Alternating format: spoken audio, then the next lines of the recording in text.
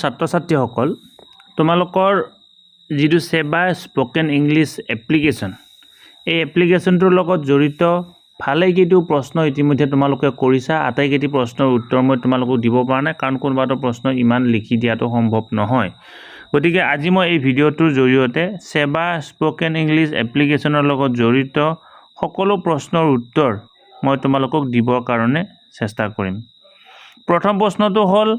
তোমালোকে স্যাৰ আমি ৰেজিষ্ট্ৰেচন কৰিব পৰা নাই এতিয়া চোৱা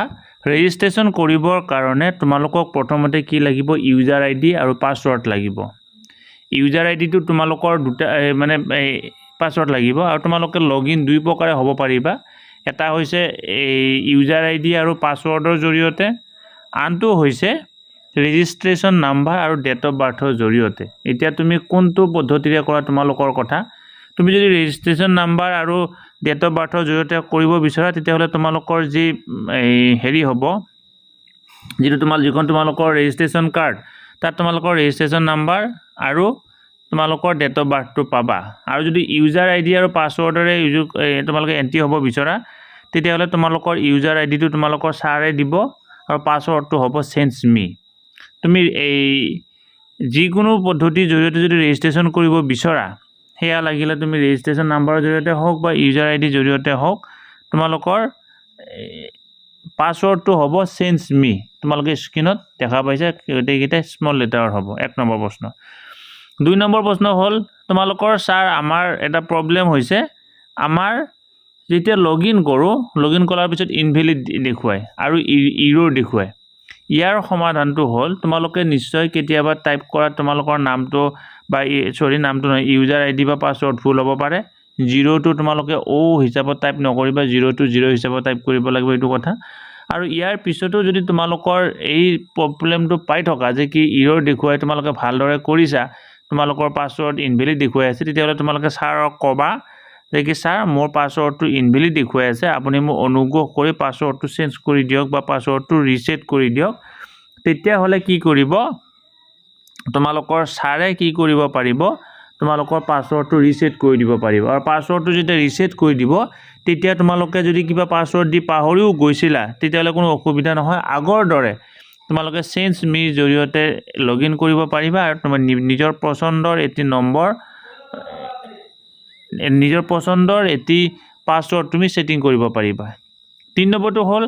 স্যাৰ এতিয়া লেভেল এই 25টা ইয়াতে দেখা পাইছো আমাৰ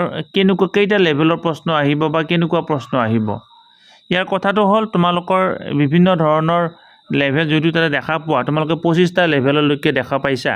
কিন্তু তোমালোকৰ 25টা লেভেলৰ পৰীক্ষা এতিয়া নহয় উদাহৰণস্বৰূপে তোমালোকৰ ধৰা হ'ল ইংলিশ কিতাপখনৰ যিকেইটা চেপ্টাৰ আছে প্ৰথম ইউনিট টেষ্টত তোমালোকৰ গোটেইকেইটা চেপ্টাৰৰ পৰীক্ষা হৈছে জানো গোটেইকেইটা চেপ্টাৰৰ পৰীক্ষা হোৱা নাই বা ছমাহিলী পৰীক্ষা তোমালোকৰ গোটেইকেইটা চেপ্টাৰৰ পৰীক্ষা হৈছে নেকি হোৱা নাই ঠিক সেইদৰে এই যিটো এই পৰীক্ষা হ'ব তোমালোকৰ 28 অক্টোবৰ তাৰিখে ইয়াত তোমালোকৰ অকল কিহৰ পৰীক্ষা হ'ব লেভেল 1 আৰু লেভেল 2 পৰীক্ষা হ'ব আৰু লেভেল 1 আৰু লেভেল 2 কি আছে প্ৰথমটোত হৈছে গ্ৰিটিংছ অৰ্থাৎ অভিবাদন দুই নম্বৰটোত হৈছে ওয়েলকামিং পিপল এণ্ড ওয়েলকামিং পিপল অৰ্থাৎ মানুহক কেনে ধৰণে ওয়েলকাম কৰিব লাগে সেই কথাটো আৰু ইয়াৰ আটাইবিলাক ভিডিও মই মোৰ ভিডিওৰ ডেসক্ৰিপচনত লিংক দি থম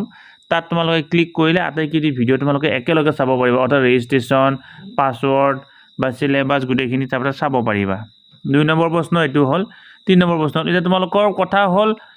সিলেবাসত তোমালোকে গম পালা কোৱেশ্চন পেপাৰ কেনেকুৱা আহিব এটা কোৱেশ্চন পেপাৰ কেনেকুৱা আহিব সেই কথাটো আমি এতিয়া ক'ব নোৱাৰো কোৱেশ্চন পেপাৰখন আগতীয়াকৈ কৈ দিয়া মানে সম্ভৱ নহব কাৰণ কোৱেশ্চন পেপাৰখন যেহেতু সেবাই সেটিং কৰিব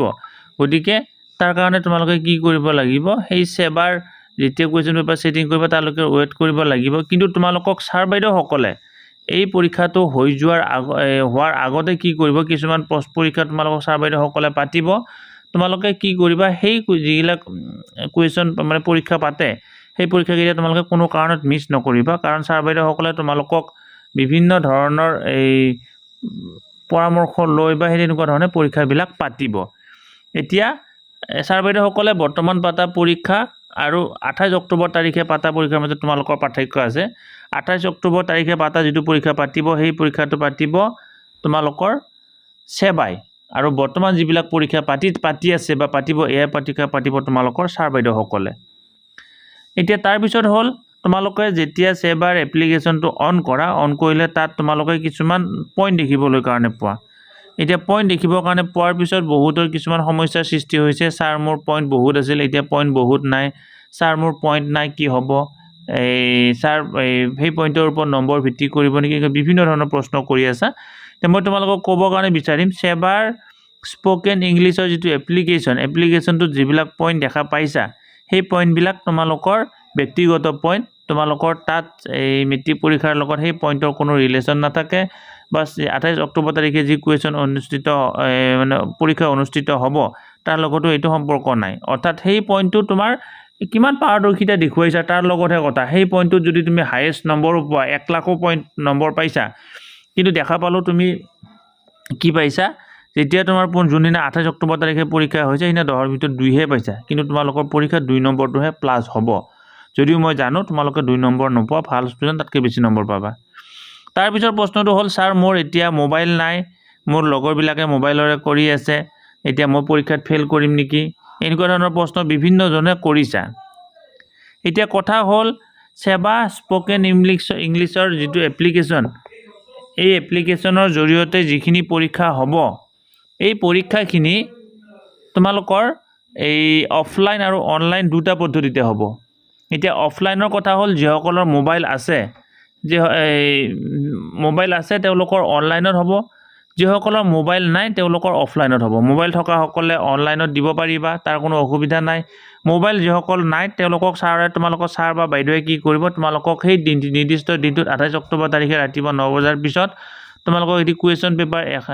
মানে এখন কুৱেশ্যন পেপাৰ দিব আৰু এই কুৱেশ্যন পেপাৰখন তোমালোকে উত্তৰ কৰিব লাগিব ছাৰে কেনেকুৱা ধৰণে পাতিব লাগে সেই কথাটো ছাৰে জানে পৰীক্ষাটো কেনেকুৱা ধৰণে পাতিব লাগে সেই জানে আৰু তোমালোকৰ যি বহি আছে সেই বহি তোমালোকে কি কৰিব লাগিব তোমালোকৰ বহি তোমালোকে ছাৰক জমা দিবা ছাৰে আকৌ সেই বহি অফিসত জমা দিব লাগিব গতিকে তেনেকুৱা ধৰণৰ পৰীক্ষা হ'ব অফলাইন পাতিলেও কোনো অসুবিধা নাই অনলাইনতো কোনো অসুবিধা নাই অফলাইন থকা সকলে তোমালোকে ঘৰত মোক মোবাইল এটা লাগিবই তেনেকুৱা ধৰণে কোনো কাৰণত প্ৰেছাৰ নিদিবা কাৰণ মোবাইল নহলেও সেবা স্পোকেন ইংলিছৰ যিটো এপ্লিকেশনৰ জৰিয়তে পাতিবলগীয়া পৰীক্ষা ইন্টাৰনেল এসেসমেন্ট স্পোকেন ইংলিছৰ সেইটো তোমালোকে বহিব পাৰিবা গতিকে মৰমৰ ছাত্ৰ ছাত্ৰীসকল তোমালোকে এনেকুৱা ধৰণে কামখিনি কৰি যোৱা আৰু তোমালোকে